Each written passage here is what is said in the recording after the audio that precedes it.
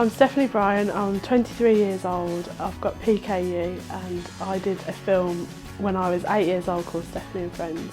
Stephanie and Friends is about children living with PKU. My name's Thomas Johnson and I am 32 and I have PKU. I'm Emma Harbage, I'm 19 years old and I've got PKU. My name's Tom Shimiak, I am 21 and I have phenylketonuria, or PKU for short. Having PKU has not affected my life at all. I haven't done anything differently to what I would have done if I hadn't have got PKU. Absolutely not at all, and I've not let it hold me back either, which I think is the key. There's lots of things I'd like to be. I'd like to be a nurse. I want to be on top of the pop. Be a vet. I'd like to be a pop star. What happened to the pop star? I couldn't sing, that was the crux in that plan. Tone deaf, that didn't happen at all. No, I said I wanted to be a vet. But I did work experience at a vet and I saw an operation.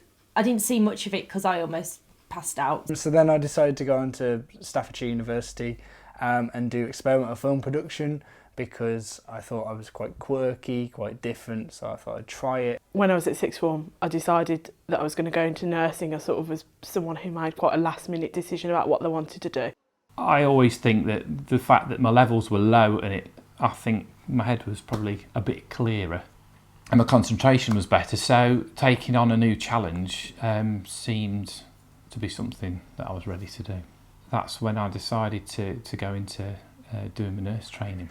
I got my degree in hospitality business management, started to work in hotels, doing an operational role, so sort of in various departments of the hotel. Finished school, then I went on to do my A-levels, then went to Birmingham University and I did psychology.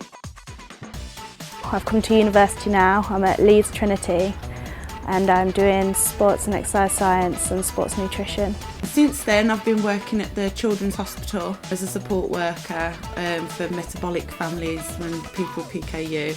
I'm also training to be a counsellor, so I'm doing that part-time at the moment and hopefully doing my Masters next year as well.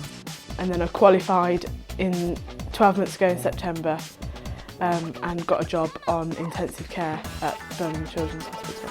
I did a foundation course in acting at Birmingham School of Acting, and then since then I've done a few jobs in community drama with some kids from foster homes and some theatre and education performances. And then at the age of 21 being offered a part-time lecturing job on the course that I've just completed was quite surprising. Then I went off travelling for 3 months and then decided that I actually wanted to change industry when I came back because I'd loved the travelling so much, and I now work for Virgin Atlantic. I did gymnastics from about 7 years old. Now my main sport is rugby. I play for a Premiership side. I'm also in the England under-20 squad.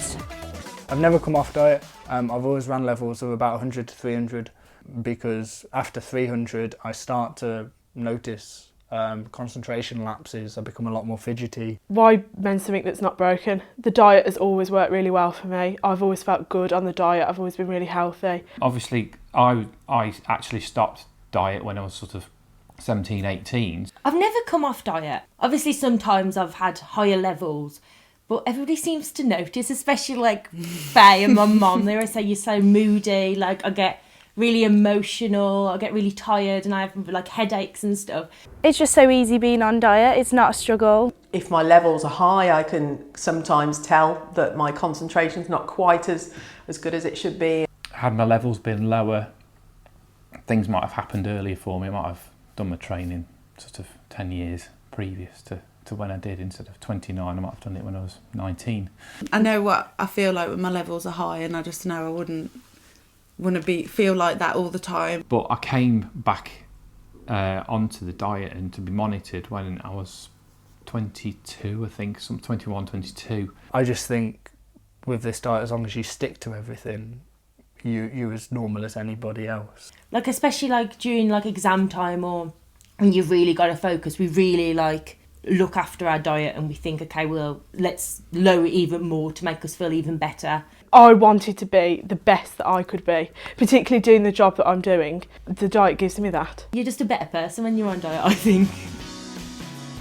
I do weights 3 times a week, fitness twice a week, and then skills, and then we play on a Sunday, and then there's university games which are on a Wednesday. It's just about being a bit more organised. So like if I'm going out with my friends, I'll be like, oh, where are we going to eat? Now I get to travel all over the world, and I just have to make sure I'm a little bit more organised than anybody else might be, just making sure I've got my supplements with me, and anywhere I'm going to I'll just contact the hotels, etc., to make sure that there's going to be some sort of appropriate food, etc., meals whilst I'm there, and so no, it doesn't hold me back.